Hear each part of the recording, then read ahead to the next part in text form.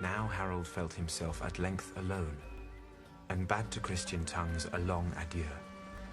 Now he had ventured on a shore unknown, which all admired, but many dread to view. His breast was armed 'gainst fate, his wants were few.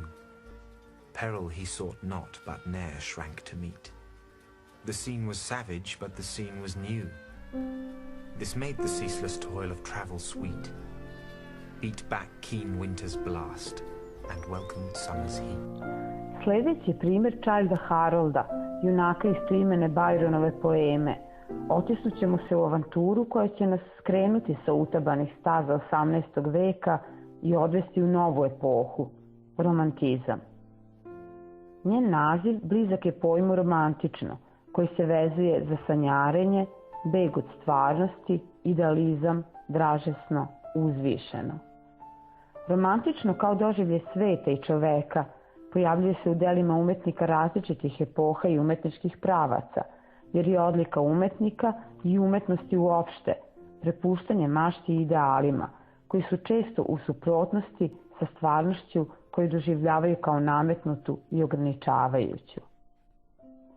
Sam pojam romantizam vodi poreklo od reči roman, kojom su se u 17. veku označavala dela tematski udaljena od realnog života, tako da se ono što se u njima govorilo moglo zamisliti samo u knjizi.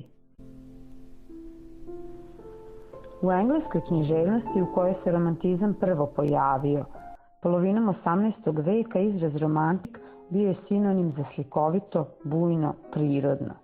Njime su označavani parkovi bez doteranosti i kićenosti, suštinski različiti od savršeno uređenih parkova Luje XIV. Danas terminom romantizam označavamo poseban umetnički pravac, odnosno epohu koja je obeležila prvu polovinu 19. veka u Evropi. Nastanak romantizma usko je povezan sa društvenim i političkim potresima i nacionalnim pokretima u razdoblju revolucija, kada nastaje nova građanska Evropa i kada umetnici prestaju da budu učitelji i prosvetitelji. Oni postaju proroci i vizionari koji svojim osjećanjima naslućuju i prorokuju sudbine celih nacija.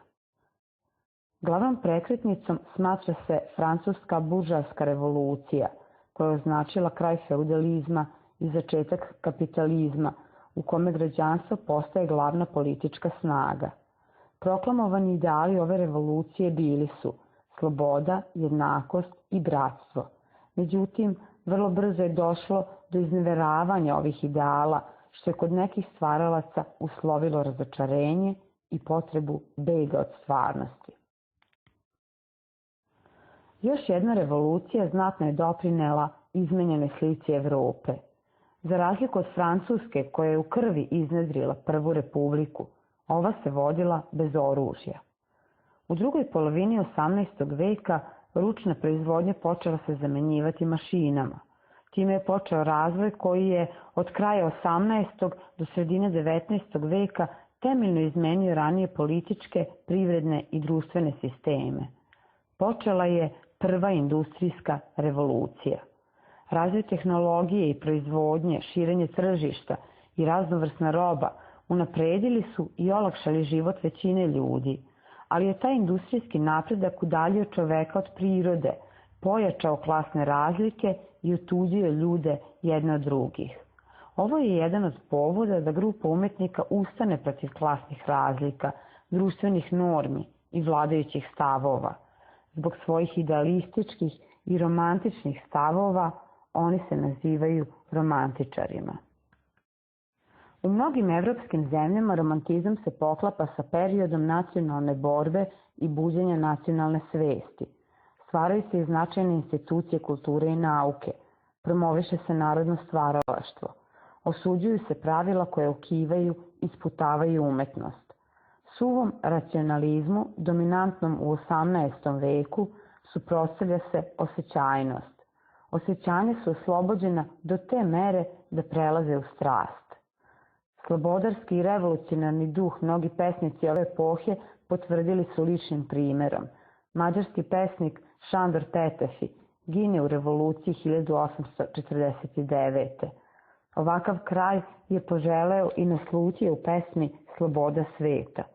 Engleski pesnik Byron, poput svojih junaka, luta svetom u potrazi za slobodom.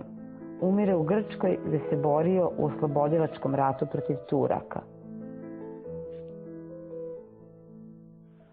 Za godinu početka romantizma neslužbeno se smatra 1798. kada su dva engleska pesnika, Wordsworth i Coleridge, objavila zajedničku zbirku lirske balade, koja je obračun sa klasicističkom poezijom. Najveći pesnik engleskog romantizma bio je Byron, čija je poezija snažno uticala na evropsku književnost. U Nemačkoj romantizam je povezan sa borbom građanske klase protiv feudalizma i za ujedinjenje nemačkih kneževina u jednu državu. Kao izraz tog nezadovoljstva i borbe među nemačkom omladinom rodio se pokret budnih genija, koji je dobio naziv prema Klingerovoj drami Sturm und Drang. Najpoznatiji predstavnik ovog pokreta bio je Johann Wolfgang Goethe u svojim mladalačkim delima. Najznačajniji predstavnik francuskog romantizma je Victor Hugo. On je autor romana Bogorodičina crkva u Parizu i više puta ekranizovanih Jadnika, kao i prve romantičarske drame Cromwell, u čijem je predgovoru izneo načela romantičarske poetike. Italija je u doba romantizma bila pod okupacijom Napoleona, tako da je italijanska književnost tog perioda bila u službi nacionalnih interesa. Najznačajniji predstavnik u književnosti bio je pesnik Alessandro Manzoni. Romantizam se početkom 19. veka razvija i u ruskoj književnosti, koja je evropskoj podarila dva velika stvaraoca, Puškina i Lermontova. Kod južnoslovenskih naroda romantizam se javlja sa zakašnjenjem od 40 godina, oko 1840. i ima izrazito nacionalna obeležja. Bez obzira na specifičnosti nacionalnih književnosti kojima pripadaju, svim romantičarima je zajedničko da umjesto racionalističkog shvatanja sveta proklamuju iracionalnost i mističnost. Nasuprot razuma, kao glavne pokretačke snage ističu maštu i emociju. Zalažu se za apsolutnu pesničku slobodu, a pesnika posmatraju kao genija ili, kako je to rekao engleski pesnik Shelley, nepriznatog zakonodavca sveta.